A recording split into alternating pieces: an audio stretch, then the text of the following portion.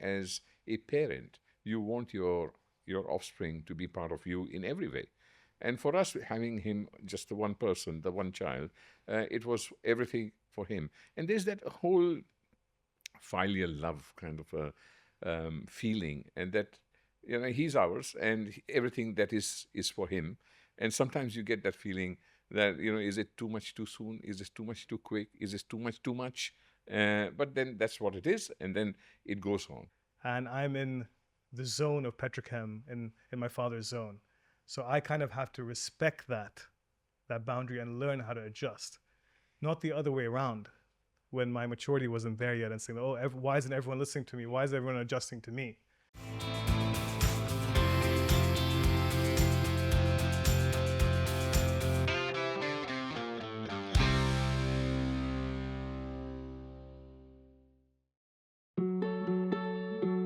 Our guests today are a father-son duo who exemplify the Dubai dream.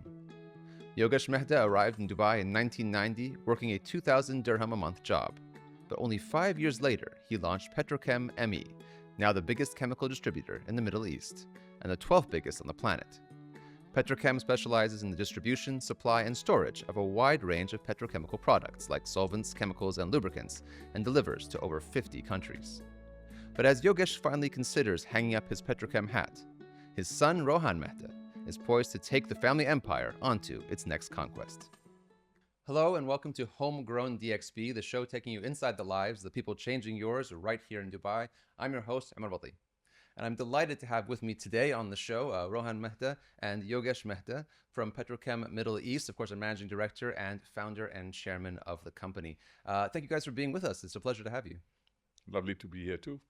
Now, Yogesh, I understand you prefer to be addressed as Yogi, so I'll do that going forward because I guess we're friends now. Thank you. Yogi, can you tell me, I guess, about the very first experience you had coming to the UAE? I believe you arrived in 1990 at the time, and I don't think Petrochem was on the cards at the time either, right?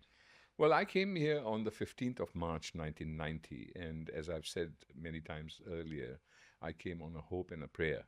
I didn't have anything to go to. Young Rohan was a year old, and he was all that we wanted to live for. And we were down, and I say this for my wife and I, that we were down and out in our fortune, in our thinking of the future. So it was that kind of a little dark period in my life. And what brought you to Dubai? Like, why did you decide to come to Dubai in particular? Yeah, there is a friend of mine who had an empty apartment. And he said, look, why don't you try Dubai? I have been here for a while. My apartment is available. Would you like to? And I said, well, am I leaving India? And do I want to leave India? And he said, well, are you stupid? You're so down and out. You need to do something. So it was Dubai because he had an apartment there. And I thought, okay, let's go. And then my wife and I, we sold everything, that whatever little we had, made 2 tickets and a half, and I came earlier on the 15th of March, trying to seek my fortune. And what did you find when you came? What was the first maybe job or employment that you found when you were here? Well, Dubai at that time was sort of like a sleepy village, and I don't say that in a bad way. It was the land of opportunity even then, and so it is even now. But there were more opportunities then. And remember, at that time, we didn't have the internet. We just had the fax machine. There was no real feel that this is all going to go somewhere. But compared to India, we thought that this was a land of opportunity, and we came here. And when we came to Dubai, I used to go to a library to find out, and because there was no internet, there was Yellow Pages and the library, and I would find out what products come here. I'm chemically driven. I'm a BSc with chemistry, and I wanted to do something in the chemical industry. So logically, I said, what comes here? What products come here? Who are the buyers? Who are the sellers? And I made a file trying to look then finally for an investor who could make my future. So how did that then come together? With those, I think it was 5 years, right, from when you arrived to 1995 when you launched Petrochem. That's right. Where did that investor come from? How did you make that connection? Where did the idea specifically for Petrochem come from before you launched? Yeah, so when I came in 1990, I always thought that I will be an entrepreneur. And I found an investor, and the investor thought that, okay, let's give it a go. He wanted a chemical division.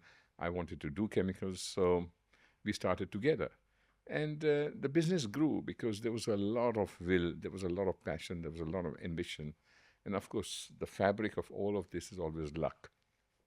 I can't take any credit other than factor it with a lot of luck. So I came and did all the things that I should, knowing that this is the way to grow. And luck and opportunity really helped me at that time. And it was before I knew it, the business was growing. The small business that I was a small partner in was growing, and I had a supplier. I had a supplier in from London, and he had a company called Petrochem UK Limited, and his name is David. And David and I were friends as he was my supplier, but we were more friends. And he would always say that, why don't you do your own? And I thought, shall I do my own? The previous company helped me, and do I really want to leave that company? And those things about loyalty and those things about not wanting to change, coming in from a lot of difficulty, coming from a background where failure was always behind me and sometimes following me and sometimes ahead of me. So I thought, shall I take this chance? But eventually I was at that time 35. I arrived here when I was 30. And I said, well, the time is now to make a move. I understood Dubai was growing, the UAE was growing, there was opportunity everywhere. And my partner then supported me and he said, you put in the money you have, and I'll put in some money, and let's do a 50-50 partnership. So that's how, in the early 1995, now 30 years ago, we made Petrochem. And Rohan, I mean, you would have been, what, 5 or 6 at the time when this company launched? That's right. That's right. I don't know how much you remember from back then, but I'm curious, what was your first experience or memory with the business? So before I say anything, Omar, I just want to say that the name of the show, Homegrown DXB, really resonates with me. As you were both talking, I just feel like Dubai is my home, and I'm grown here, and Dubai is part of my identity. So it's a real pleasure to be on your show and speak with you, because this is really says a lot about my identity and who I am. So thank you for having me. First of all, pleasure having you guys, and I think this type of thing where you have, a father, son, you have generational sort of success is something that's really wonderful, both about Dubai and about the show. So yes, appreciate the compliment. Yeah. So I remember everything actually. So I was not technically born in Dubai. I was just a year old when I came to Dubai, but everything I can remember was from here in Dubai. And I remember the struggle. I remember the hard work. I remember the commitment that my father and my mom both had. I want to give a lot of credit to her as well.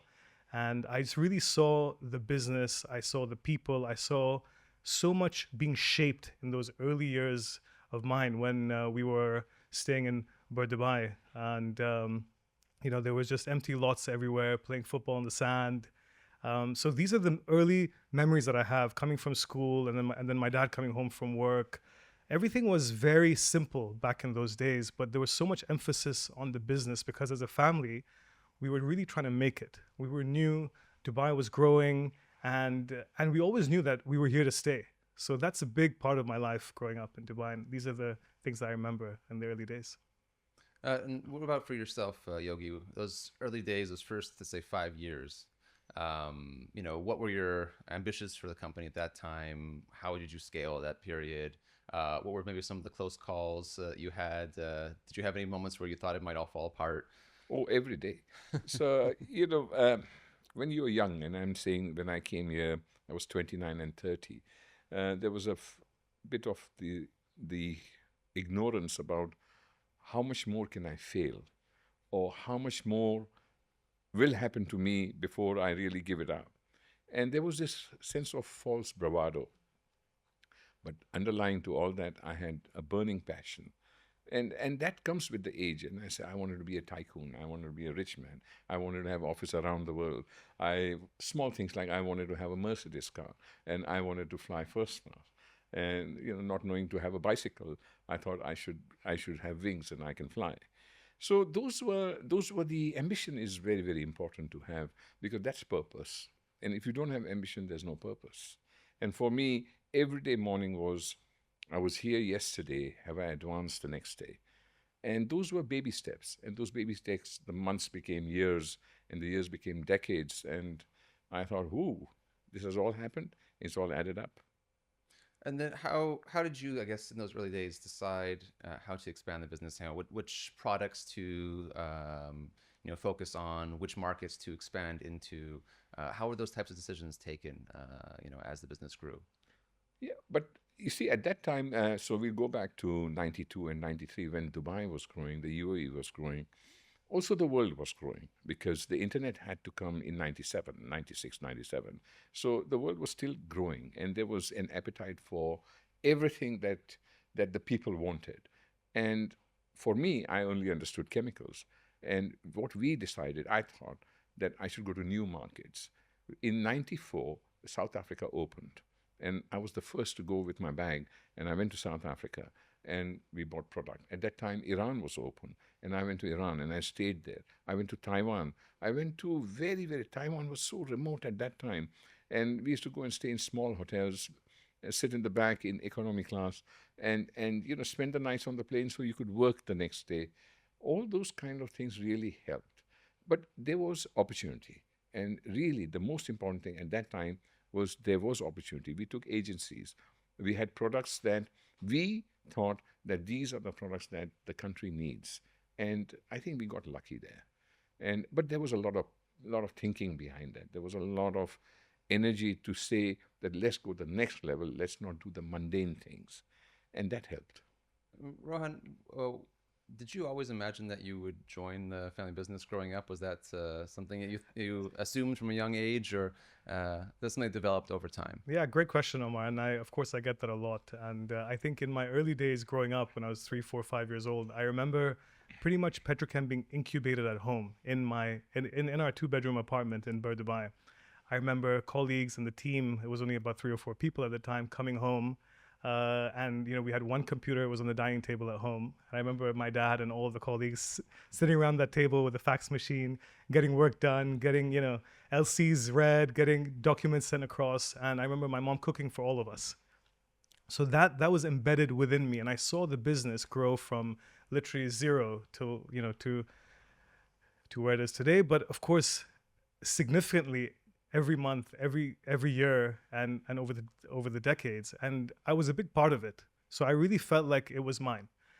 Not with a negative connotation that I was entitled, but I really did feel that I was a part of that journey. And after being in the US for almost 9 years, I felt like I had to come back, and this was also my baby because it was all of our baby. And I think that we didn't let Rohan forget that he's our only child, so he's the person, and we never made him forget that. Look, this is yours. And sometimes he said, even maybe last week he said, or last year he said that, well, it's mine, but do I want it? So that does happen because we have sort of lobbed it on him. And I say we as in not only my wife and I, but the company Petrochem. He used to come as a child, and he would call people whom he called with the first name, he would call them uncle. And he would come as a baby on Fridays because of the holiday and I was still working. And he would then learn, or he would see all the things. But it was a happy going, I feel. Well, we always made him feel that, look, there is a responsibility that when you come back, and he almost didn't, but when you come back from the States, this is all for you, and you're going to be working with us. So what made you come back? What made you decide that you wanted it? So, growing up here in Dubai, I mean, from, of course, very early young age till I was 17, I lived here in Dubai, went to school, went to high school, graduated, and then went to the US and was there for many, many, many, many years. And of course, Dubai was always home. I'd be back every 3 or 4 months, all the holidays, come back, catch up with old friends. And it's very, very unique, but every 3 or 4 months when I'd come back from the US, there'd be more buildings, there'd be new buildings, there'd be new areas, there'd be new roads and skyscrapers and bridges, and the amount of development that was going on. Every time I thought that this is not the Dubai I've grown up in. And all our friends would chat and we'd laugh about, like, where are we? Every time we'd come back for Christmas holidays, summer holidays, we'd say, this is incredible.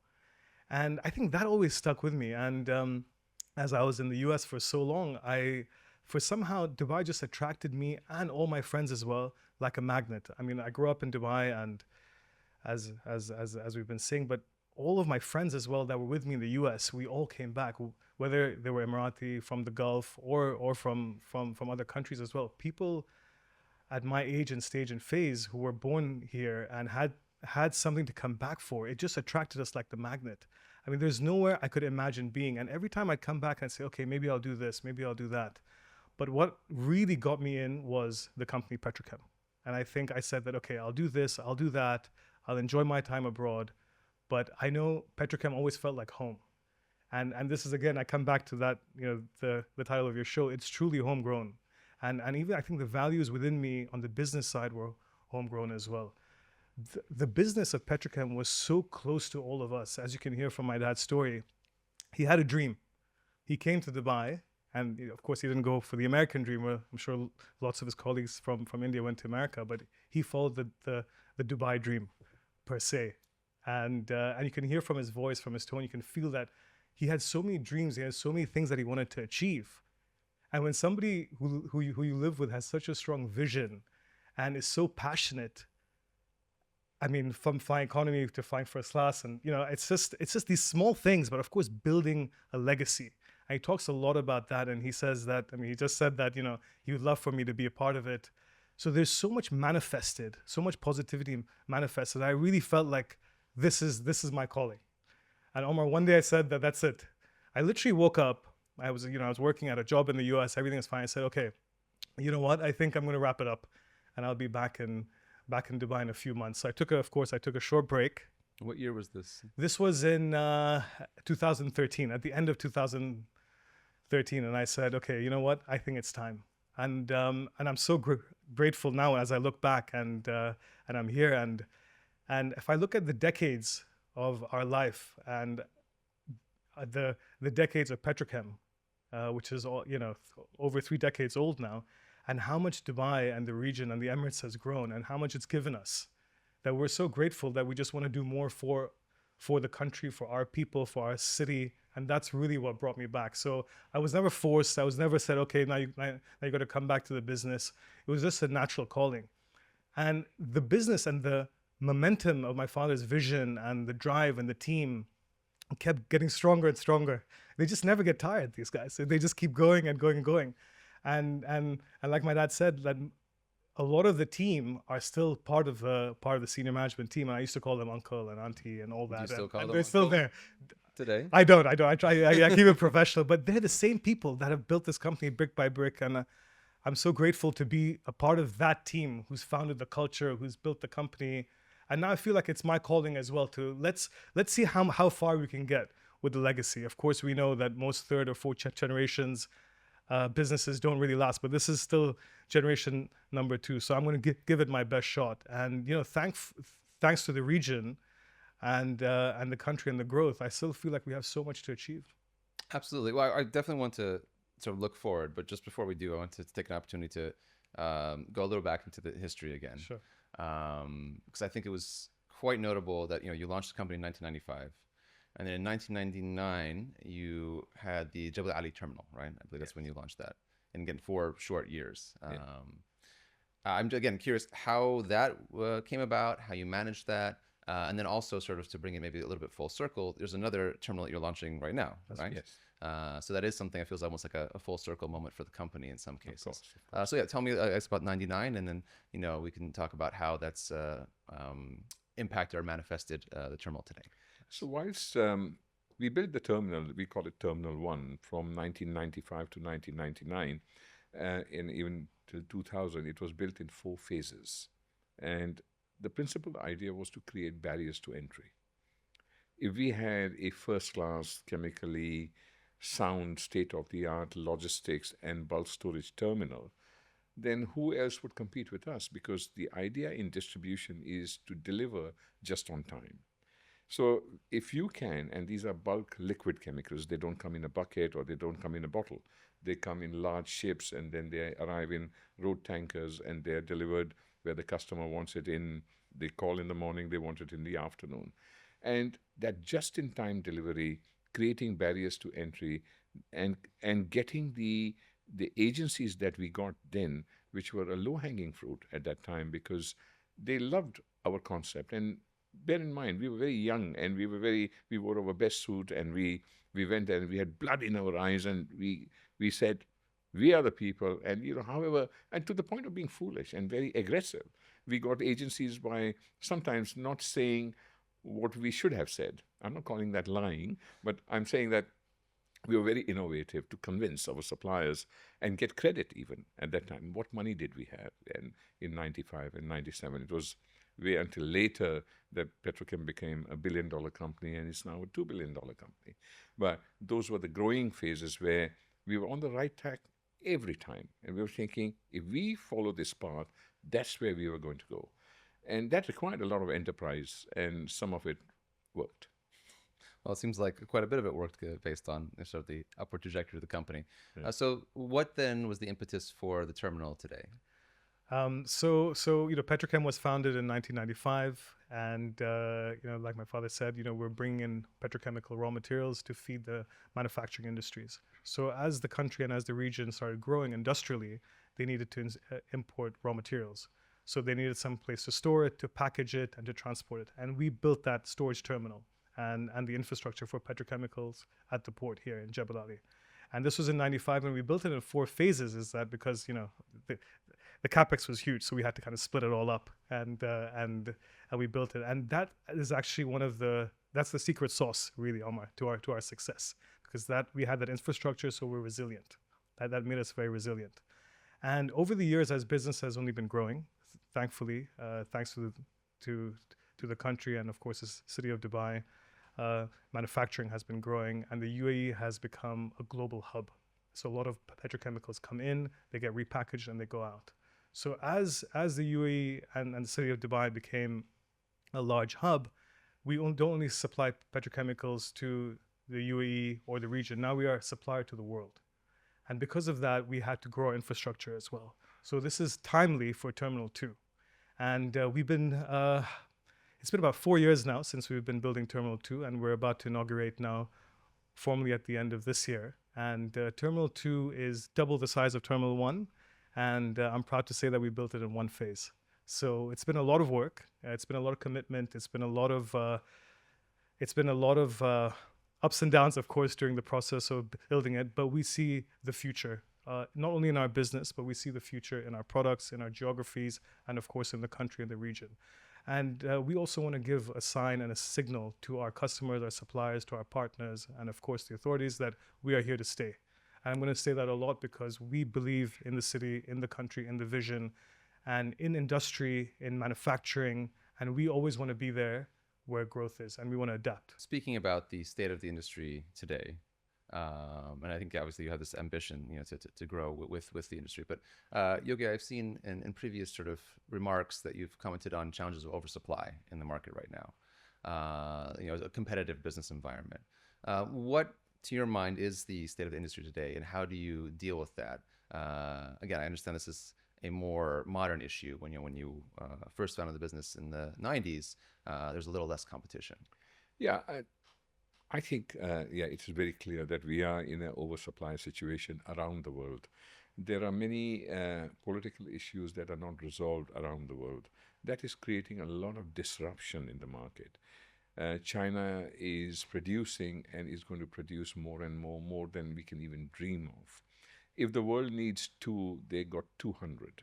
So you can imagine there's a glut, and it's coming from one region. So the world is slightly, in terms of demand supply, imbalanced. And because of that imbalance, there is a problem, because you can only make money, or you could only make margins when there is a sort of a demand. And if there is no demand, actually the prices go down. This region, the Middle East, is dependent, is oil driven and oil revenue driven. So the world now needs to rethink what we are going to do. And I think that the chemical industry is quite matured now, and it'll take another 3 or 4 year cycle for the demand to really come back up. In that, we decided to build the second terminal to create storage capacity because we wanted again to be in the just in time where producers today don't want to buy long term. Prices are volatile. They want ready stock delivery. So we thought that we should build that model and create more storage capacity. So we are innovating all the time. We are doing our business in very different ways. Rohan is fast creating a leasing model as you lease the tank storage space, create more warehousing opportunities, things that are new that were not there 5 or 10 years ago. We are also innovating, but it is slow paced, and you are right that the oversupply specter of concern remains at this time. If I may just Of add to course. that, Omar, as well, I think so our business is very cyclical per se, in the sense that when there's a lot of consumption in the world, when there's a lot of manufacturing and people really want to consume and spend money, there's a lot of demand in our business. And you saw that during COVID as well. I mean, right after COVID, we had a massive boom in industry. Everyone wanted to build a new house. Everyone wanted to go shopping. Everyone wanted to paint their walls. So there was a lot of consumption there, and we were overburdened as an industry. So Am I right in saying that you actually also benefited because of Absolutely. chemicals that were provided for things like Absolutely, like cleaning hygiene. products, Sanitizers, hygiene, you yes. know. sanitization, that was always a very large part of our business, but of course during COVID we doubled down on that, and it was a great opportunity to help, of course, and do our public service as well, and of course run the business and grow the business. So COVID was a time when the cycle was really high at that time. So we were saying that how can we be ready for the next cycle? And this is also one of the Hopefully reasons. not the next COVID. No, definitely not. Definitely not. We wish not. Definitely not. But how can we be ready for the next boom, the next consumer boom? So this keeps us again resilient when we have another terminal, when we have our own infrastructure that we own and operate. This will just help our growth story more. I want to take a turn towards the personal now. Obviously, you're a father and son who work together. What is it like working with family? What are, I guess, some of the best things in your mind, and what are some of the challenging aspects? Do you guys find that you are really good at sort of keeping work and personal life separate? Do you take work home? I imagine probably does happen. What's that dynamic like? Oh, you'll be surprised. I'll answer the last part that we actually don't take work home. At all? And no, not really. We wind it up. So Rohan and he comes earlier, I come later, but we go together. We go home together. We live in the next block to each other. So we discuss the remains of the day in the car. And then as we arrive towards our home, it's the grandchildren, his children, my grandchildren, and the family life. And we quickly forget about the work. But during the day, and that's the most important thing, as a parent, you want your offspring to be part of you in every way. And for us, having him just the one person, the one child, it was everything for him. And there's that whole filial love kind of a feeling, and that he's ours, and everything that is for him. And sometimes you get that feeling that is it too much too soon? Is this too much too quick? Is this too much too much? But then that's what it is, and then it goes on. But every day it's a pleasure, and I will correct myself. Every day is a pleasure, except some days. Do you feel the same way? Yeah, absolutely. Great question, Omar. Of course, I saw this coming, so I prepared myself for it. But no, I'm kidding. It's a very interesting dynamic. I think first of all, I just want to say we're very fortunate enough to work with each other and have such a company. I think ideally the utopia for people is that they can work with who they love and who they trust. So I think that's already there. So we've already cracked that. And in this extremely challenging landscape, and to navigate through things, love and trust is key in any business and any decision that we make. So I'm really grateful that we have that. The love and trust is there, and the respect is there, derived from there. Rightfully said, I think we do all the work at work, and then when we come home, we have so much to enjoy, and we're blessed for that we don't really get into it. But the work days are long and intense, so I'll tell you that much. What do you do if you have a professional dispute? Oh, sometimes I've got to cool myself. Sometimes I've got to go to the bathroom and bang my head on the wall. And most times it's argued, it's debated. There is a point of view. And sometimes the point of view is discussed and rearranged to the manner that there's a win-win. Sometimes there's a veto. These are not big words, but there is a certain sort of a decorum in the end where we feel that, okay, that's your point of view, but this may be the point of view. And I have learned a lot. I've learned a lot that, for example, the smallest things, that we had a dining table in the lunch hour, and we had a dining table which was rectangle. And This is at the company. in the office. Okay. In the office, and we lunch together because that's where we cook up the whole company, and all the directors sit, and it was a rectangular table, so we couldn't really we couldn't really work easily with each other. And so Rohan decided that, okay, we should get a round table with a dolly that rotates on in the middle. And I said, no, that's stupid of you. What are you talking about? No, let's just keep the table. And I go away on somewhere, and then he brings in this table, and it's a whole new dining table. And my ego didn't allow me to thank him for about a week or so. And then I said, well, actually, it's a great idea. Now we can all see each other, and we are all touchy-feely with each other, and it's a great idea. Small, mundane things like that. Did you think? Why did you decide to bring the table, even though you knew he was against it? No, I don't think he was against it, but sometimes I just had to make a call, and I was like, it could go either way. He could throw the table out the window, or he could love the table. So we'll see. In this case, you love the table. Indeed. What about for you? I imagine, look, obviously, from age one, in some ways, you've been with the company, you've grown up with the company. But I do imagine there's, some pressure. Looking at it as the family company, as the legacy, and knowing that that's sort of on your shoulders of course. So I guess, how do you deal with that? How do you establish your own presence, your own ideas, your own direction in the company? So of course, when I joined the company, so it's a little bit over 12 years now that I've been working at the company, and when I joined the company, I had no idea what a massive, mammoth, giant elephant it was. So I think I was very overwhelmed. What was that first day like, actually? Do you remember your first day? Yeah, great question. I felt like, imagine you're just walking on the side of a swimming pool, and you slip, and you're just in this deep end, and you're not a great swimmer. So it was a struggle. That was day one. It was a struggle. It was a struggle. But then you came up for air. I came up for air. I learned how to swim. Then I started doing laps, and I started beating my personal best times. I think I like to put it like that. How long did that take, that sort of transition to feeling comfortable, I guess? Of course, it was a lot of adjustment, because from the outside, the company looks very different. And of course, when you come into the company and you start looking at the day-to-day, it's very different as well. I think I was really overwhelmed. I didn't know that there were so many moving parts, so many puzzle pieces, and the responsibility and the dependence, was huge within the circle. So I'm coming from a more corporate organization where there are plenty of layers, thousands of employees, where I worked there for a few years in the US. And then after I came here, I was like, wow, this is a whole different world. And the ambition was just huge here. The pace and the benchmark was really high. And one thing that I learned, Omar, after a few years, is that how to adjust. I feel that, I always came in saying, okay, of course, I want the best for the company. I'm a senior person here. I want to make change. I want to make things better. I want to grow even more.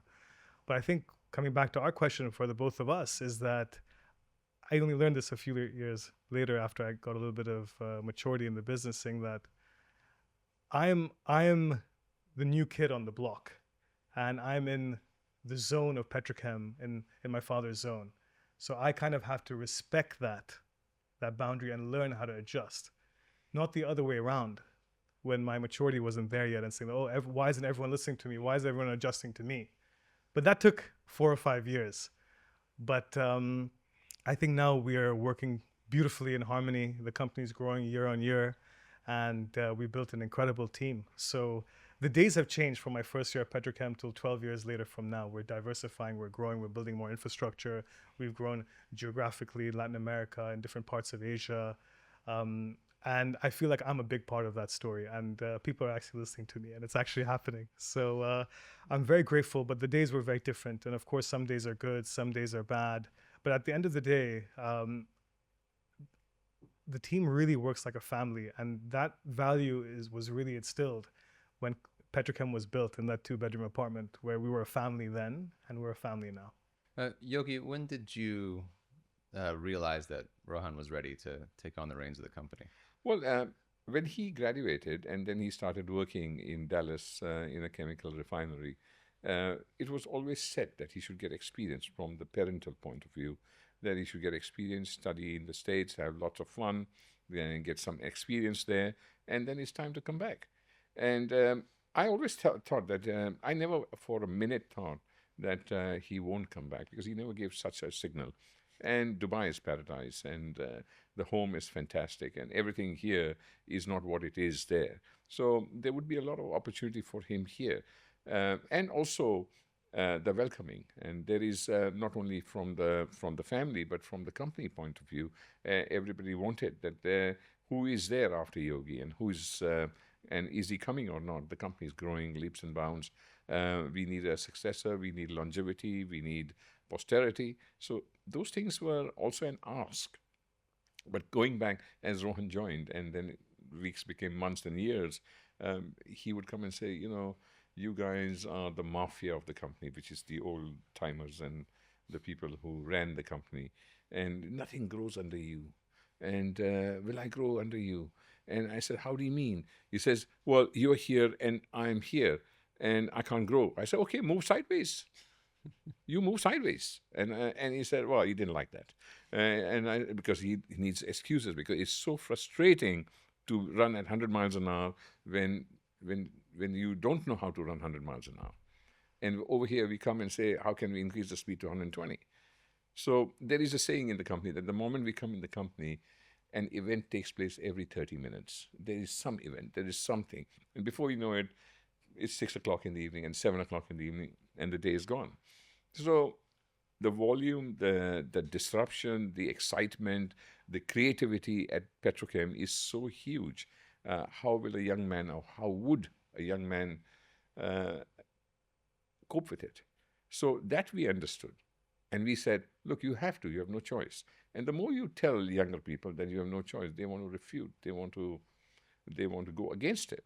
But good sense prevails and maturity arrives. And today he's firmly ensconced in the company. He has his own jurisdictions, he has his own boundaries, he has his own creativity, he has his own space. So somewhere there, we have also evolved and said, okay, not our way, but some way of ours and more ways of yours will create a universal way. And we go ahead because times have changed and opportunities are new and different. And we oldies also need to mature and say, well, let's have it your way now. Do you imagine a time when you'll ever be completely divorced, detached from Petrochem? And I mean, obviously, I know you're looking forward towards eventual retirement, but I imagine it's something that you built, that you founded, that is just a part of you.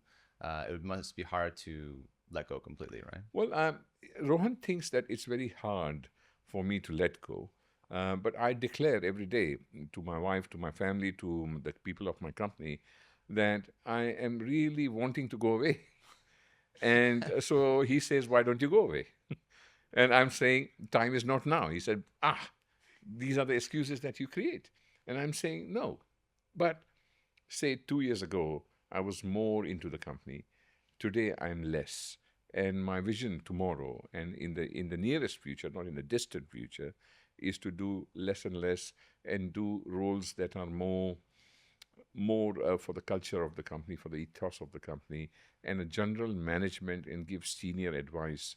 I don't want to hang my boots. I'm having lots of fun living my today's life. I enjoy my work life, my leisurely life, my social life, and things I do. And it's easy to say it, but I believe, and I haven't done enough. I want to do so much more. And in that, the workspace is not so very important anymore. There's so much other fun that I'd like to do. And it's now available because the company is running at its pace. Rohan is riding that horse. There are other people in the company. So it's a good time. And if you ask me, I think in a couple of years, I may just be visiting the company rather than going to the company. So what would you do? What are some of the things you'd like to do when you get to that when the time finally comes? The time, well, so there's a preparation for the time because it has almost already come. So I really think, you might think I'm daft, but I want to open a restaurant. What kind of restaurant? An Indian restaurant, and I want to call it Yogi because that's my name. Of course. So Yogi's is a very Indian name, and I want to make the best food there. I want to get music artists, and they will perform. I'll fly them. I'll lose money. I'll lose lots of money, and I'll make lots of friends, and I'll have lots of fun. And hopefully in the end it'll add up and it'll still be a profitable venture. But the idea is good cheer. The idea is enjoyment, not enjoyment lackadaisically, but enjoyment for living a quality life. And the restaurant doesn't make it only. I mean, there's so much of books to read, there's so much of music to be heard, there's so much of other travel to be done. We have homes around the world and I want to stay in them. I want to play golf. I play some golf. I play wonderful golf, terribly. So Okay, I was that's gonna like say, are an you quite good? oxymoron. No. Yeah, but so I love to play golf and love to be with friends. So there's so much to do. I don't know if this lifetime will be ever enough. Okay. And what about for you? I mean, you obviously have almost like an opposite road ahead, right? A lot of hard work, a lot of long hours, but True. maybe the same True. sort of passion. Yeah. You know, how do you see your future direction of the company? Yeah. How do you want to steer the company? You know, what are some of your specific ideas? How do you want to put your stamp on it? So first of all, I'm an only child, and of course, this is just a father and son business. It's a legacy business, but it's just the two of us. So I think I'm quite grateful. I'm fortunate that I'm in that situation, in that position, where there's a 30-year-old company here in Dubai, homegrown, that's growing at a pace, that's up here. I've got great people on my team. We've got such a great name, such a great reputation. The business is growing, geographies, products, infrastructure.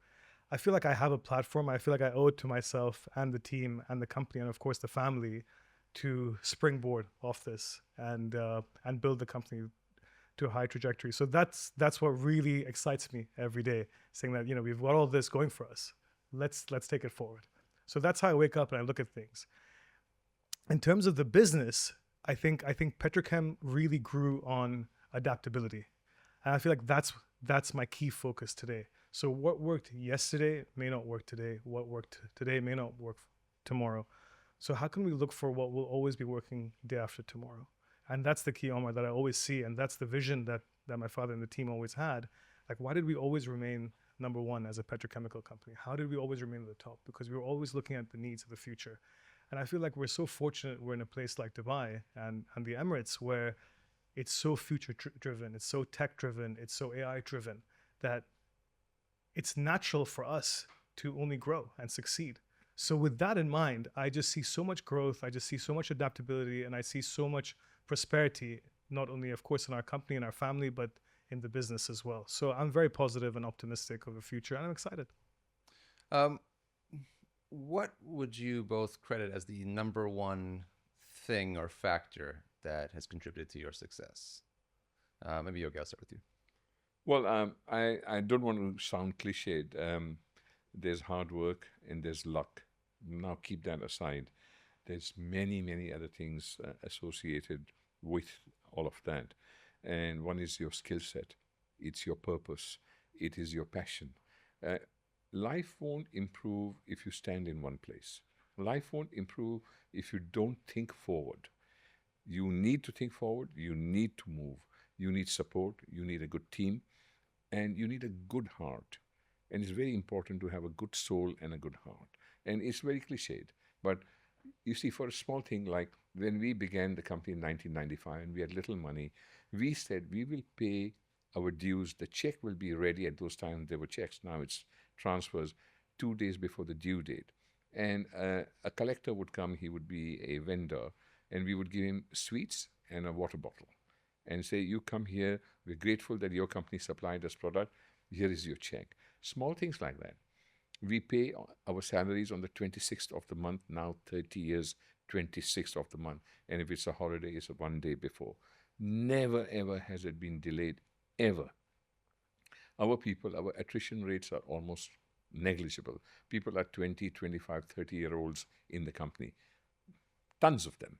And so we, even in our worldwide offices, when we began, those people are still the country managers. Those people are still working for the company. And are they working for the company? No, they're just working for themselves. We make them feel that they're working for themselves. So a lot of effort collectively has gone to do this. And it all starts from a good intent and a good heart.